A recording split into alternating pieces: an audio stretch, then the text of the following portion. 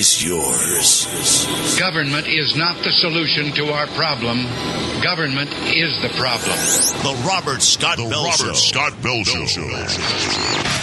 The Food and Drug Administration, the Centers for Disease Control, the Federal Trade Commission. You see who the evildoers are? Texas Governor Rick Perry signed an executive order to require young girls to be vaccinated against HPV. Am I off the deep end here? What country have I grown up in? Aspartame's approval was one of the most contested in FDA history. Things that make you go.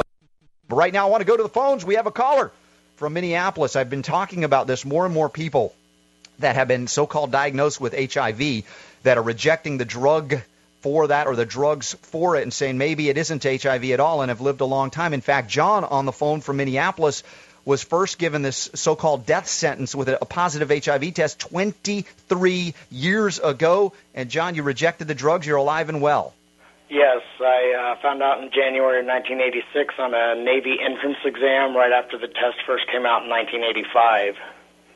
And this was following, again, the press conference. We've talked about Gallo, who patented so-called the test and got lots of money off of it. And now we know in retrospect, if you look at the inserts, they don't do what they claim to do. How is it that you were able to see through this, John? I think it's because I was so young at the time and free-spirited, and I just saw my friends starting to take the AZT that they were being prescribed and falling off like flies. And I saw the drug make them sick, and I just refused to take it.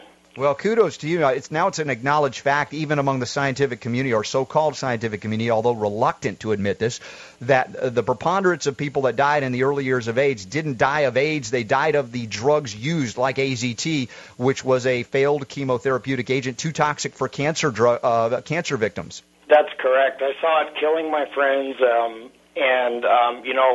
it still says they still claim on AIDStruth.org that AZT prolonged people's lives. That's a flat out lie. I saw it kill a lot of my friends. How is it possible, or let me ask it this way, John? I mean, are your friends in the community there that are also in this, are they open to even discussing what you have found in your truth and your life here? A lot of them are open to my experience, but they still don't. They still don't buy into the whole paradigm that HIV does not cause AIDS. Okay, but have you been attacked for your views? At times in the past when I've come out with my dissidents in different cities I've lived in, yes, I was attacked. And did they find that you're a threat to the AIDS groups or individuals? What is the claim, that you're maybe causing people to die because you're not acknowledging HIV? I think the gay community is overly invested in HIV. A lot of people bought into it out of fear, and they saw their friends die. They would rather think that it was AIDS because it plays into what they believe, and they don't want to think that they were wrong all along and that their friends died for no reason, and that they're taking poisonous medication that they shouldn't even be taking in the first place.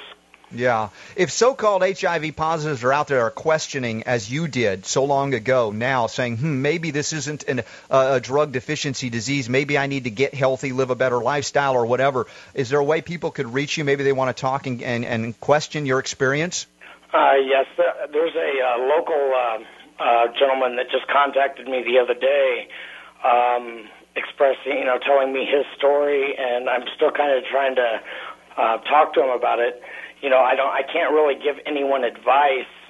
No, but to share your experience. I mean, exactly. This is part of the reality of seeing living examples of those who have rejected the drugs that are alive and well and thriving and that are not an anomaly. And this, I'd like to see more people get together and discuss this, because I think we could reinstitute a culture of life in that community. I agree. And anyone can contact me on my phone at 612-333-7284. Or they can email me at John Hankins, that's JOHNHANKINS 67 at yahoo.com. At yahoo.com. All right, I'll make sure people know about that. John, I appreciate the call. I need to go to my good friend Professor Peter Duesberg now. If we can, we'll get Peter up here on the Robert Scott Bell Show. And Professor Duesberg, listen, another guy came out and said, look, I rejected the drugs, and here I am alive and well. Are you surprised? I'm not surprised, but I'm very interested to hear a little more from John Hankins. Also, I have actually already corresponded with him a bit now that I hear his name. What happened when in his Navy exam, in his entrance Navy exam, he was found antibody positive. Was he drafted or was he rejected by our nation's military or Navy to defend? Was he not allowed to defend the fatherland, in other words? Yeah, well, it's an interesting question. I don't know if John's still there. If you guys can ask him that question, was he rejected from the Navy at that point? Was he allowed entrance or whatever based on a phantom retrovirus diagnosis? Peter, go ahead. He was? No, we're going to find out. But, Peter, my question is, as we wait for that answer. See, it is that there's a bigger question behind this. The Navy and the U.S. Army conduct annually 3 million AIDS tests of all of their people since 1985. But they never tell you what happens to HIV positives. And most of those who are in the Army or apply to the armies are not particularly AIDS risk groups. They're not likely to be intravenous drug users or junkies or something, or those even in the gay community using tons of drugs to have several-day parties or circuit parties. They are likely to be more average Americans. They would be perfect controls. They have thousands of positives. They say every year they note 3,000 positives, like John Hankins, who we just talked to. Yes. But they have their phone numbers, they have their social security, they have everything. They never tell you a word what happens to them. I have asked many times, I've written to the Navy, and it always ends up with some higher officials who say it's classified. And there's nothing classifiable about it. They don't have to give, I don't want their names. I only want to know, do they lie? I have now even come much closer with the help of a colonel from Stuttgart, and it's an American colonel, Frank Anders. He's very open about it. He connected me, and I got a paper that they are working on in which I see curves of HIV positive U.S. Army personnel. Positive for 25 years and having absolutely nothing, no disease since their testing.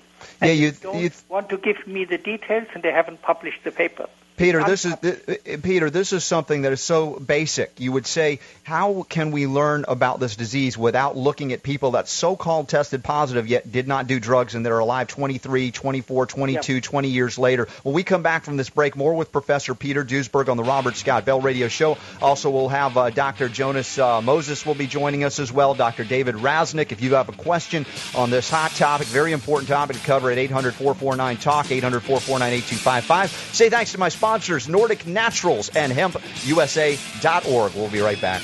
Tired of the same boring health talk radio? Then turn up the volume and break off the knob. This is the Robert Scott Bell Show.